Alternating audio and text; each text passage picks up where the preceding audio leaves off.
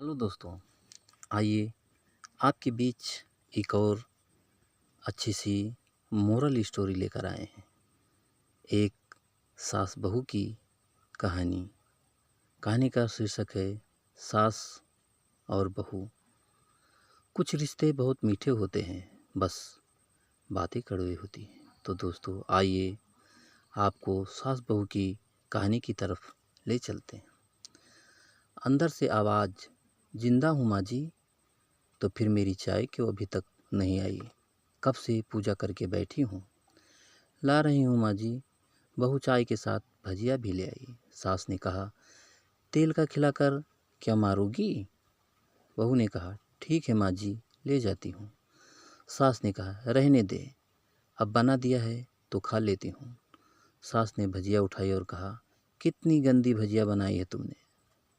बहू, माँ जी मुझे कपड़े धोने हैं, मैं जाती हूँ।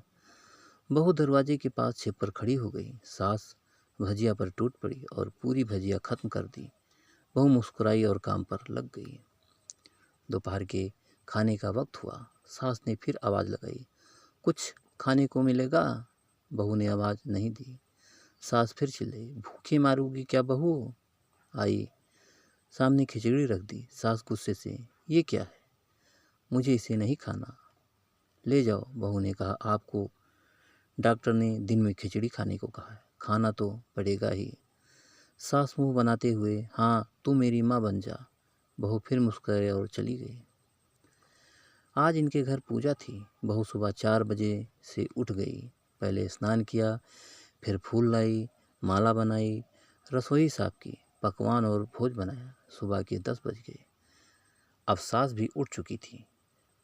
बहू अब पंडित जी के साथ भगवान के बस तैयार कर रही थी। आज ऑफिस की छुट्टी थी। उसके पति भी घर पे थे। पूजा शुरू हुई। सास चिल्लाती, बहू ये नहीं है, वो नहीं है। बहू दौड़ी दौड़ी आती और सब करती।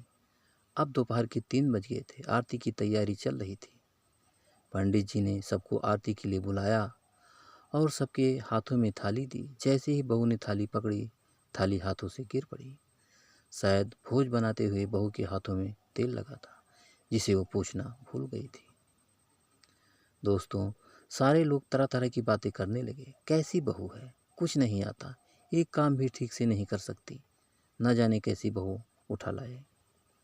एक आरती की थाली भी संभाल नहीं सकी। उसके पति भी गुस्सा हो गए, पर सास चुप रही, कुछ नहीं कहा। बस यही बोल के छोड़ा दिया, सीख रही है, सब सीख जाएगी धीरे धीरे। अब सबको खाना परोसा जाने लगा। बहू दौड़ दौड़ के खाना देती, फिर पानी लाती। करीब 70-80 लोग हो गए थे। इधर 2 नौकर और बहू अकेली, फिर भी वहाँ सारा काम बहुत ही अच्छे तरीके से करती। अब उसकी सास और कुछ आस पड़ोस के लोग खाने पर बैठे। बहू ने खाना परोसना शुरू किया। सबको खाना दे दिया गया। जैसे ही पहला निवाला सास ने खाया, तुमने नमक ठीक से नहीं डाला क्या? एक काम ठीक से नहीं करती, पता नहीं मेरे बाद कैसे ये घर संभालोगी। आस पास वालों को तो जानते ही हो ना साहब, वो बस बहाना ढूंढते हैं नुक्स निकालने का। फिर वो सब शुरू हो गए, ऐसा खाना, ऐसी बहू, ये वो वगैरह वगैरह। दिन का खाना हो चुका था। अब बहू बर्तन साफ करने नौकर के साथ लग गई। रात में जगराता का कार्यक्रम रखा गया। बहू ने भी 1-2 गीत गाने के लिए स्टेज पर चढ़ी। सास जोर से चिल्लाई, मेरी नाक मत काट देना, गाना नहीं आता तो मत गा, वापस आ जा। बहू मुस्कुराई और गाने लगी। उसके गाने की तारीफ की, पर सास मुंह फुलाते हुए बोली, इससे अच्छा तो मैं गाती थी जवानी में, मुझे तो कुछ भी नहीं आता। बहू मुस्कुराई और चली गई। अब रात का खाना खिलाया जा रहा था। उसके पति के ऑफिस के दोस्त साइड में ड्रिंक करने लगे। उसका पति चिल्लाता, थोड़ा बर्फ लाओ, तो सास चिल्लाती, यहाँ दाल नहीं है। फिर चिल्लाता, कोल्ड ड्रिंक नहीं है, पापड़ ले आओ। इधर उधर आखिर में उसके पति की शराब गिर पड़ी उसके एक दोस्त पर और बोतल टूट गई। पति गुस्से में 2 झापड़ अपनी पत्नी को लगाते हुए कहता है, जाहिल कहीं की, देख कर नहीं कर सकती थी, तुझे इतना भी काम नहीं आता। सारे लोग देखने लगे। उसकी पत्नी रोती हुई कमरे की तरफ दौड़ी। फिर उसके दोस्तों ने कहा, क्या यार, पूरा मूड खराब कर दिया। यहाँ नहीं बुलाया होता हम कहीं और पार्टी कर लेते। कैसी अनपढ़ गवार बीबी ला रखी है तूने। उसे तो मेहमानों की इज्जत और काम करना तक नहीं आता। तुमने तो हमारी बेइज्जती कर दी। अब आस पड़ोस की औरतों को और बहाना मिल गया। वो कहने लगी, देखो क्या कर दिया तुम्हारी बहू ने, कोई काम नहीं की। मैं कहती हूँ अपने बेटे की दूसरी शादी करवा दो, छुटकारा पाओ इस कमार से। सास उठी और अपने बेटे के पास जाकर उसे थप्पड़ मारा और कहा, अरे नालायक, तुमने मेरी बहू को मारा, तेरी हिम्मत कैसे हुई, तेरी टांग तोड़ दूंगी। उसके बेटे के दोस्त कुछ कहने ही वाले थे कि उसकी माँ ने घूरते हुए कहा, चुप, बिल्कुल चुप। यहाँ दारू पीने आए हो, जबकि पता है आज पूजा है और तुम्हें पार्टी करनी है। कैसे संस्कार दिए हैं तुम्हारे माता पिता ने।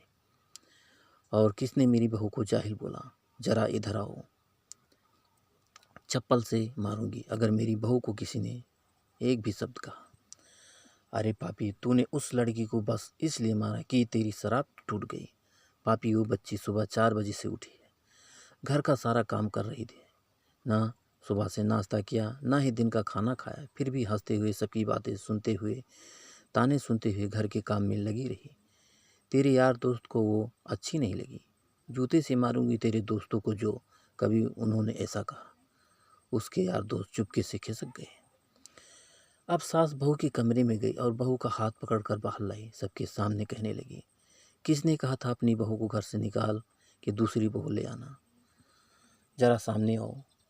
कोई सामने नहीं आया। फिर सास ने कहा, तुम जानते भी क्या हो इस लड़की के बारे में। ये मेरी माँ भी है, बेटी भी है। माँ इसीलिए मुझे लगता गलत काम करने पर डांटती है, और बेटी इसलिए कभी कभी तेरी दिल की भावनाएं समझ जाती है। मेरी दिन रात सेवा करती है, मेरे 1000 ताने सुनती है, पर एक शब्द भी गलत नहीं कहती, ना सामने ना पीठ पीछे। और तुम कहते हो दूसरी बहू ले आऊँ, याद है ना छुटकी की दादी, अपनी बहू की करतूत। सास ने गुस्से से पड़ोस की महिला को कहा, अभी पिछले हफ्ते ही तुम्हें मियाँ बीबी भूखे छोड़ घूमने चले गए थे। मेरी इसी बहू ने 7 दिन तक तुम्हारे घर खाना पानी, यहाँ तक कि तुम्हारे पैर दबाने जाती थी, और तुम इसे जाहिल बोलती हो। जाहिल तो तुम सब हो जो कोयल और हीरे में फ़र्क नहीं जानते। अगर आइंदा मेरी बहू के बारे में किसी ने एक लफ्ज़ भी बोला तो मुझसे बुरा कोई होगा, क्योंकि मेरी बहू नहीं, मेरी बेटी है। बहू सिसकियाँ लेते हुए फिर कमरे में चली गई। सास ने एक प्लेट उठाई और भोजन परोसकर बहू के कमरे में खुद ले गई। सास को भोजन लाते देख तो बहू ने कहा, अरे माँ जी, आप क्या कर रही हैं, मैं तो खुद ले आती। सास ने प्यार से ताना मारते हुए कहा, डर मत, इसमें जहर नहीं है, मार नहीं डालूंगी तुझे। तुझे नई सास चाहिए होगी, पर मुझे अभी भी तू मेरे घर की बहू चाहिए। बहू ने अपनी सास को रोते हुए गले से लगा लिया। सास भी रो दी पहली बार और कहा, चल खाना खा ले। फिर मजाक करते हुए कहा, फिर मेरे पैर दबाने चले आना, और एक ख्याल मन में मत लाना कि सास पैर बोलती है, किसी दिन मैं इसका गला दबा दूंगी, क्योंकि कभी मैं भी यही सोचती थी। दोनों खूब हंसने लगी। कुछ रिश्ते बहुत मीठे होते हैं, बस बातें कड़ी होती हैं। तो दोस्तों, ये कहानी आपको कैसी लगी हमें कमेंट करके ज़रूर बताना, क्योंकि आपके कमेंट से ही हमें मोटिवेशन मिलता है। दोस्तों, अगर आपने अभी तक हमारे चैनल को सब्सक्राइब नहीं किया है तो प्लीज़ जल्दी से आप हमारे चैनल को सब्सक्राइब कर लीजिए, जिससे इसी तरह अच्छी अच्छी नई नई कहानियाँ आप लोगों के बीच पहुँचाता रहूँ। तो दोस्तों, अगली कहानी में हम फिर मिलेंगे, तब तक के लिए नमस्कार।